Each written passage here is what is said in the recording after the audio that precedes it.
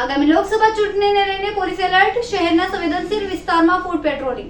શહેરના સંવેદનશીલ વિસ્તારમાં ફૂડ પેટ્રોલિંગ તે સાથે દરેક પોઈન્ટ ઉપર વાહન ચેકિંગ કરાયું હતું. વાહન ચેકિંગની કામગીરી મોડી રાત સુધી કરવામાં આવી હતી. આઈપીસી 279, 283 અને રોકડ દંડ વગેરેની કામગીરી કરવામાં આવી હતી. વાહન ચેકિંગની કામગીરી દરમિયાન reflector jacket, baton, barricades, breath અને એનાલાઇઝરનો ઉપયોગ કરવામાં આવ્યો હતો. આ ઝુંબેશ આગામી દિવસોમાં દરમિયાન સતત ચાલુ રાખવામાં આવશે. કેમેરામેન સેનિલ વિરાણી સાથે વિશાલ છેઠા, માનવ પ્રભા ન્યૂઝ, સુરત.